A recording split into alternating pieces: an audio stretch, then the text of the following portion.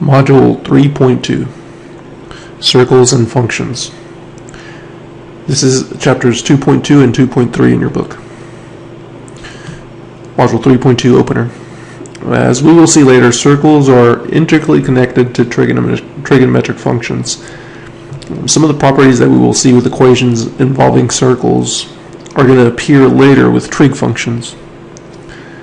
So some important concepts to focus on. A lot of the properties in this section are derived from Pythagorean theorem for triangles. That's a squared plus b squared is equal to c squared. So you'll see a lot of things that look a lot like that. Like the circle, for example, x squared plus y squared equals 1 squared. Right, and that itself will appear a lot throughout this course. So make sure you know how to work with those types of equations. When working with functions, make sure you write everything out as much as possible. The notation is very important, and practicing now is going to help you a lot later. So if you see something like f of x is equal to 2x plus 1, make sure you write all of this, right? F of x. Don't write f is equal to 2x plus 1. Right? Be careful that you don't think that this is f times x. Right? Be very careful with what you're writing.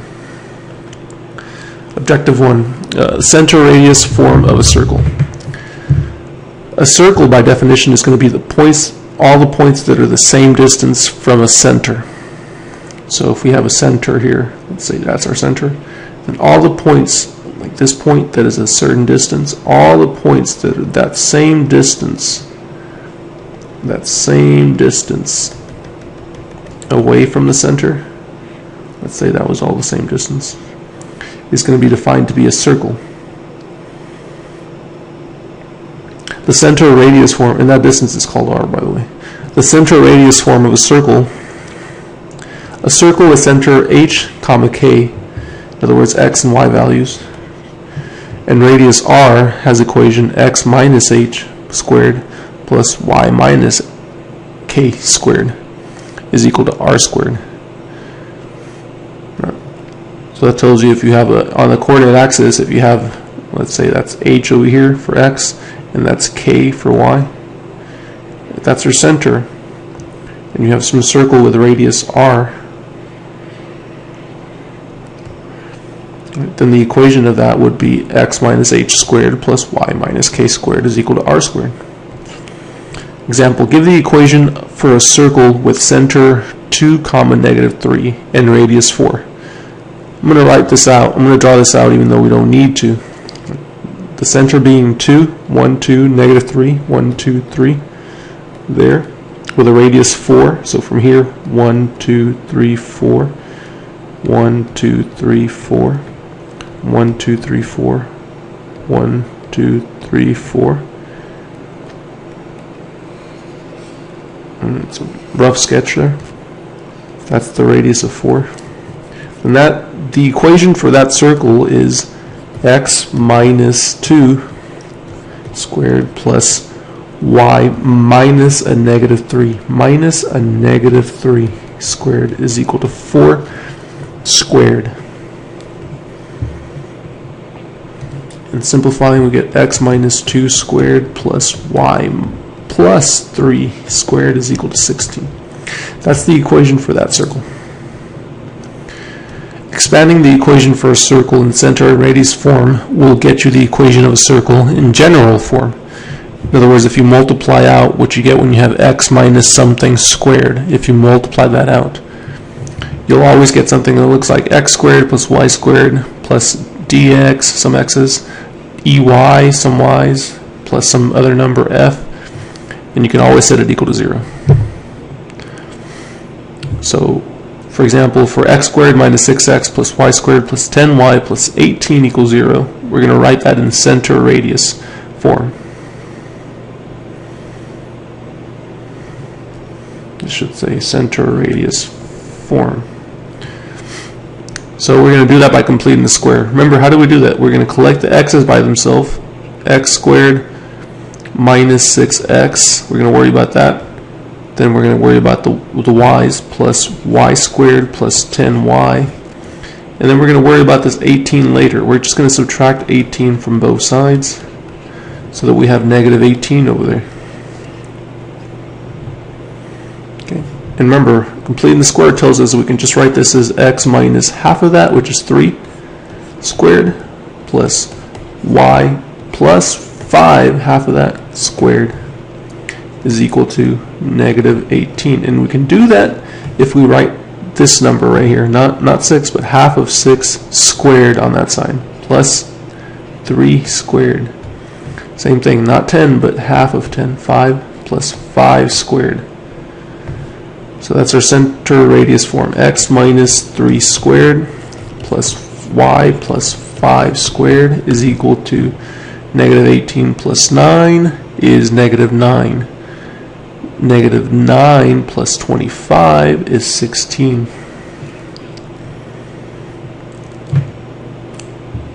And that tells us that the center is positive 3, sorry, and negative 5, and has the radius of 4.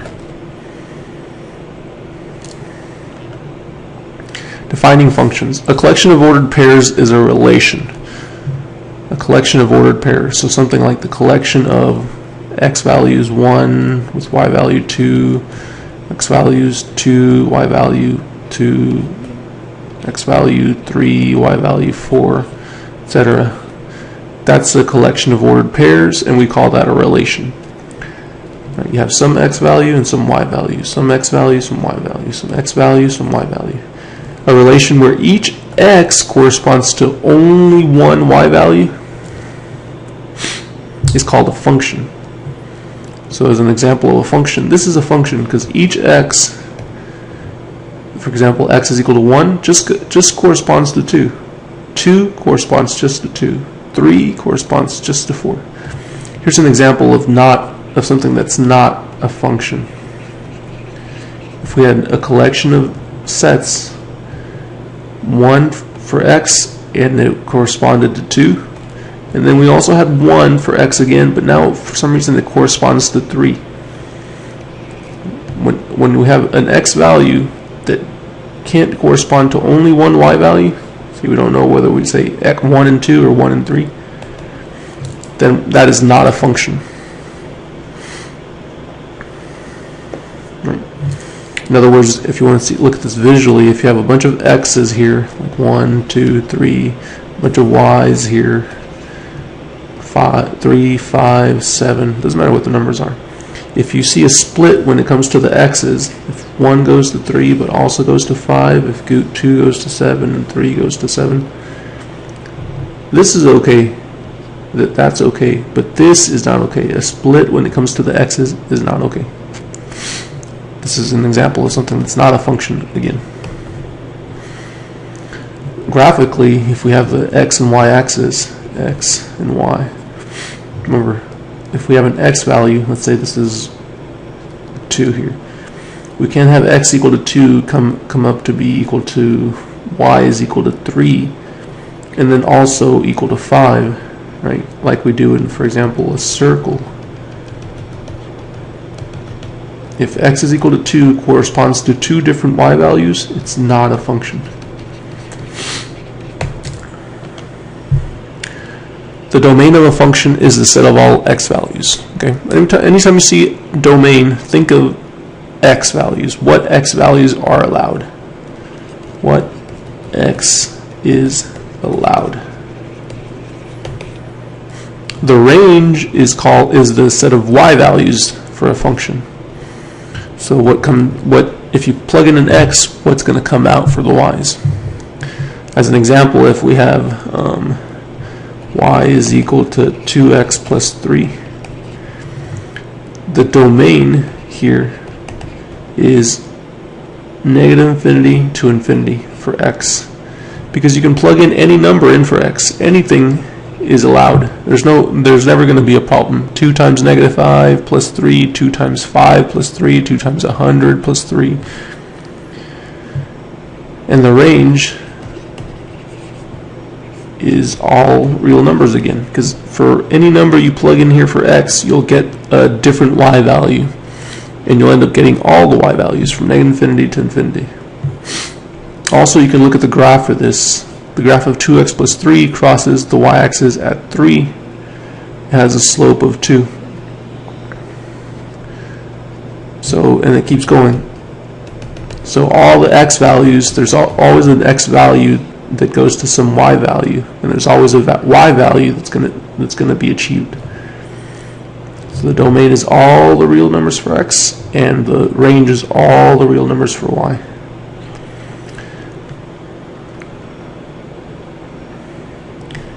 Here's another example. Y is equal to 1 over x minus 4. Ask yourself again, what x is allowed or not allowed? In this case, notice that we can't have 4 for x, because then we would have 4 minus 4, which would give you 1 over 0, which would be undefined. So the domain here is a little bit different. This is a polynomial on top. It's a very simple polynomial. This is a very simple polynomial too, but because it's in the bottom, x can't equal 4. So the domain, like all polynomials, is all real numbers from negative infinity to infinity, but it can't equal 4. So it's negative infinity to 4 not equal to 4, or 4 to infinity. The vertical line test for graphs. If any vertical line touches the graph more than once, then the graph is not a function. Just like we saw earlier for a circle, if any vertical line, for example this vertical line, if it touches the graph more than once, then we don't have a function. So not a function. Not a function. Again, because one x value down here is going to correspond to 2 different y values. Here's an example of something that is a function.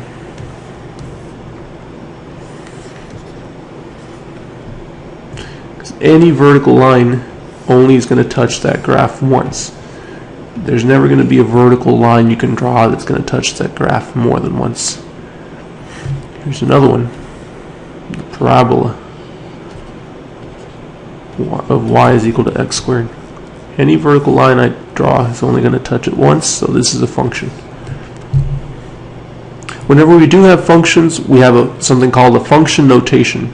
Instead of writing y is equal to 2x plus 5 or y is equal to x squared, we write f of x is equal to 2x plus 5, or f of x is equal to x squared, or f of x is equal to 1 over x minus 4.